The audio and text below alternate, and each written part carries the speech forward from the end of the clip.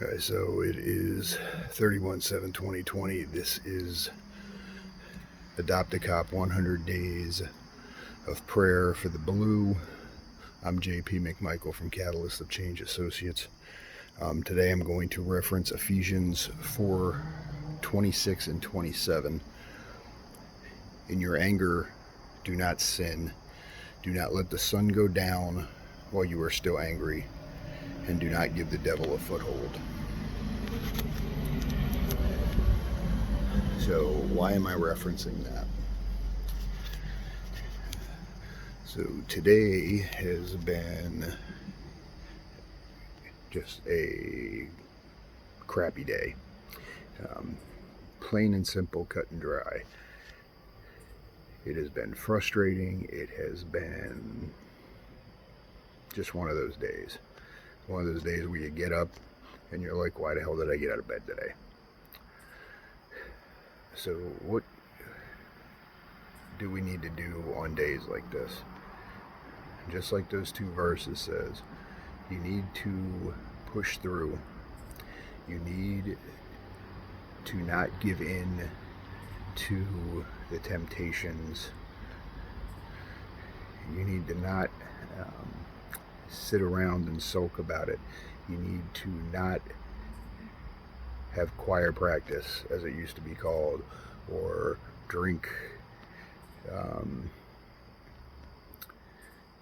Don't look to ways to cover up what you're going through. You have to face them head on, as much as it sucks, as hard as it is, and you have to remember to make peace every day, because unfortunately in our job, as we see from the suicide numbers, from the line of duty death numbers, from the injuries, from the attacks, the ambushes, tomorrow is not promised for us. And every day that you step out that door, you don't know if you're coming home or not. You don't know if you're going to see your loved ones again. Men and women in the military, when you get deployed, you don't know. So are you making peace before you hit the door? Because for us, we're not the ones that are left with it. And again, I will reference our children. If you leave and you're angry and something happens to you, your kids are left to wonder, was it because of me? Much like my son did when I was suffering with the worst parts of my PTSD. Which is why I had to sit down and have very hard discussions with him. And for a 9-year-old, 8-year-old, 7-year-old, for the years that we had discussions or started having discussions, they were hard. Not what you would expect from someone that was 7, 8, 9 years old. Because it forced me to have to reflect on me. It forced me to have to look at how I was acting. It forced me to have to look at the ways that I was addressing what I was struggling with, and to accept the fact that I sucked at it. I was not doing what I needed to do. And when I have days like this, I have to be very cognizant of how I am acting and what I am doing, and go to the gym, do these weighted rucks that I'm doing, just get out and push my body to the point of exhaustion, to get the endorphins going, to get my heart rate up, to get out of my head when I am just having a crap day. And a lot of times we take the easy way out and we sit down and we have a drink, and we sit down and we watch a just a crappy movie that makes it even worse. Or you think about past mistakes, or you think about past relationships. There's so many ways to jump down into that rabbit hole, and it is very hard not to do it. Because it took me 18 years. If I'm being honest, 18 years to finally figure out how to do a little better, because I still am not great at it.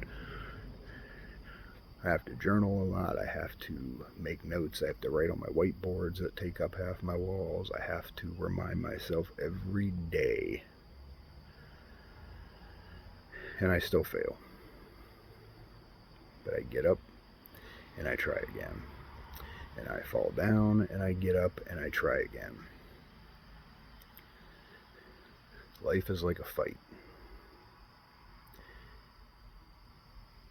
You step in to the arena, and sometimes you are going to win that battle with one punch, one kick, whatever it may be. And other times it is going to be you getting knocked down with one punch or one kick. And then there's other days where it is back and forth, and you have to get up. You have to wipe the sweat and the blood and keep going.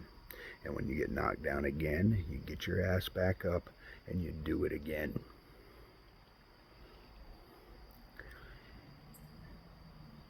And I did a podcast video thing for Hotel Havoc, and when they read my bio, the Ian that interviewed me was talking about how great my bio was, and I get that a lot. There's a lot of stuff on there, and it always amuses me when people think that I have everything together and everything is perfect, or that, oh, you've done all this stuff. I haven't done anything. I've pushed through life day by day. I've challenged myself. But I have not done anything special. I'm not better than anybody else. I just keep pushing, and I keep climbing up the mountain, and like Sisyphus, you push that rock up and you get up to the top and you start to celebrate, and then down it goes again and you start back over. You have two options. You can either get up and you keep pushing, or you give in and let go. And getting up and keeping the push going and keeping the fight going is one of the hardest things you can do. The hardest. And to me, the person that's done that, you deserve more accolades than any athlete, any movie star, any musician, any whatever it is. Any one of these goofs that's out here making millions of dollars. You deserve more accolades during those struggles, because you got your ass back up and you kept pushing. You didn't give in, like the verses say. You didn't let the devil get a foothold. You fought back. And you kicked him right in the head, and you got back up again. And he may drag you down, but you kicked him back in the head again, and you got back up. So I'm going to challenge you, when you're having days like this, that you fight and scratch and claw and kick and climb out of that hole. And I guarantee you, when you look up at that hole that you might think is insurmountable, if you ask for help, you're going to start seeing hands coming down there. And you're going to have somebody pull you up. But you're going to have to fight to reach those hands. Don't ever, ever give up the fight. For the men and women that are working tonight, God bless you. Be safe and get home to your families. Hug your kids. Tell your spouses, Your mothers, your fathers, your sisters, your brothers, whoever it is, tell them how important they are to you. Don't ever miss the opportunity to do that. And when you get to work, you get out of this mindset when these days are like this, and you put your focus on and you do your job, and you watch your other brothers and sisters. And when you get home, on the way there, listen to something that gets you going. It gets your heart rate up. It gets you thinking more positive things. And when you walk through that door, take 5-10 minutes, get it out, and then give your family the time they deserve. Because as bad as it may seem right now, as bad as every day may be like this, there's always a new one in the morning. So if you're working tonight, be safe. God bless you. God bless the families that help us do what we do. And to my brothers and sisters that are defending this great country, home and abroad,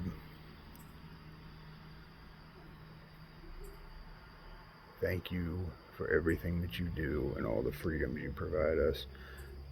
And to your families, we thank you for the sacrifice that you make. And I hope that somebody out there watching this video, something resonates with you. Don't ever, ever, ever give up the fight. Because no matter how tough your opponent is, no matter how hard the battle is, just because somebody tells you you can't win, doesn't mean you can't. It's all about right here. It's all about how much heart you have, and it's all about the fight in the dog and how much you're going to put forth. Don't ever give up the fight. Be safe, and I will see you tomorrow.